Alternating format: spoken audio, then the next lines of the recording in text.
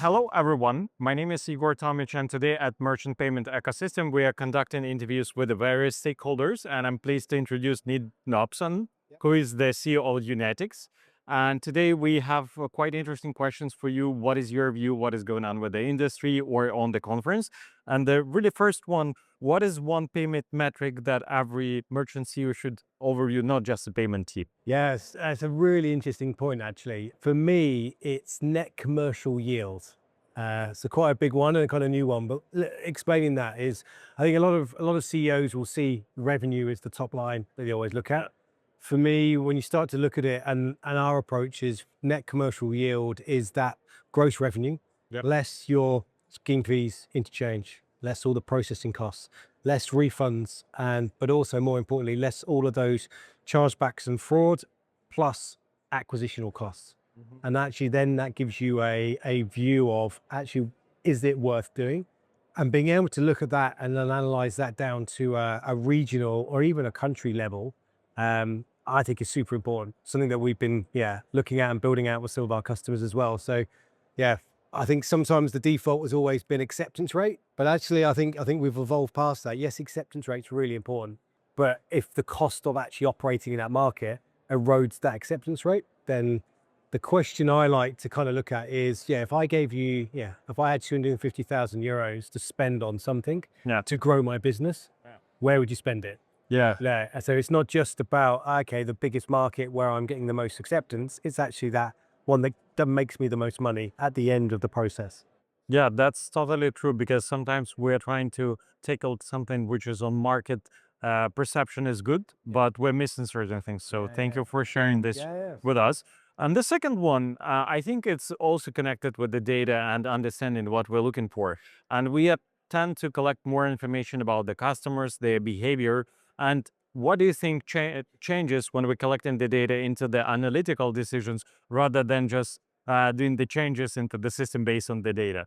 Now building, and we've been building Unitics now for the past 5 months, and it's been a super journey, but I've always been super passionate about data and making data drive the right decisions. I think we often get caught in just having the data enables you to have that environment. But I think often people struggle that without actual context, without being able to understand it and have a differential within it, data just becomes another noise. So to actually drive intelligent action, it has to be actionable. And I'll give you an example. So you might have an 80% acceptance rate for Visa in France with acquirer A, but the other acquirer, but without context and being able to say, well, actually with another acquirer, that's at 85%. So there's a 5% gap. Without being able to actually compare that and have that knowledge, then it's just a data point. And that's what we're looking at, is try to create an index and knowledge across the market. So helping people actually understand what is good.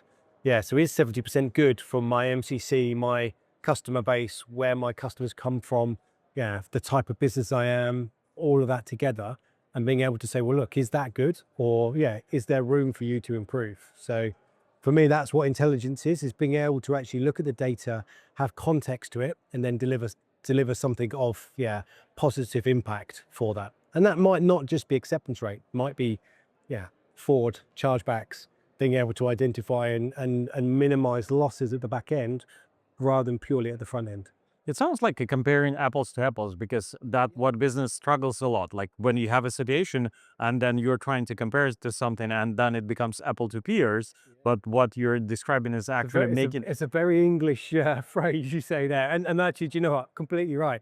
I think I did a post a while ago, exactly that, of being able to do apples to apples. And that's the biggest challenge that we've seen, is every acquirer has their own language, their own way of doing it, their own way of routing traffic, their own reports, their own API, their own FTPs. So what we've been doing is helping merchants normalize that data. So we'll take it, we'll bring it in, we enrich it, we make it normalized, and then we give you that ability to look at it in an apples for apples environment. So you're spot on. Thanks. And the question that I think everyone is asking, like, how agentic AI is going to reshape the payments? Because we're on the door, it's knocking, but we don't know how it look like and will affect us. So what do you think about that? Yeah, super interesting. And again, lots of chat about this in the last couple of days. So For us, in fact, for me, the first bit is what we're looking to do is we have an agentic agent and it surfaces information and insight. The biggest thing for me is trust. Yeah. Do you really trust it? I argue with ChatGPT every day and it's wrong and it does wrong and it apologizes and we move on. So you've got to build up that trust within agentic commerce and AI if you're going to allow it to make those right decisions for us. So I think the journey for me is it's going to be, yeah, you'll get recommendations, but you're still going to be human in the loop until the final part. And only when you fully get that trust element will there be a fully autonomous part to it. But it's big. It's like, well, would you trust an agentic agent at the moment to handle your routing decisions in your business? I'm not sure I could. I mean, we obviously use AI in our analytics and stuff, but I'm very cautious to make sure we're checking it and you've got the audit control. So super interesting question. Yeah, that's a good one. And thank you for exposing your experience and view on the market. That helps a lot. And thank you for watching us. And thank you for coming. Great to meet you. Thank you. Thanks.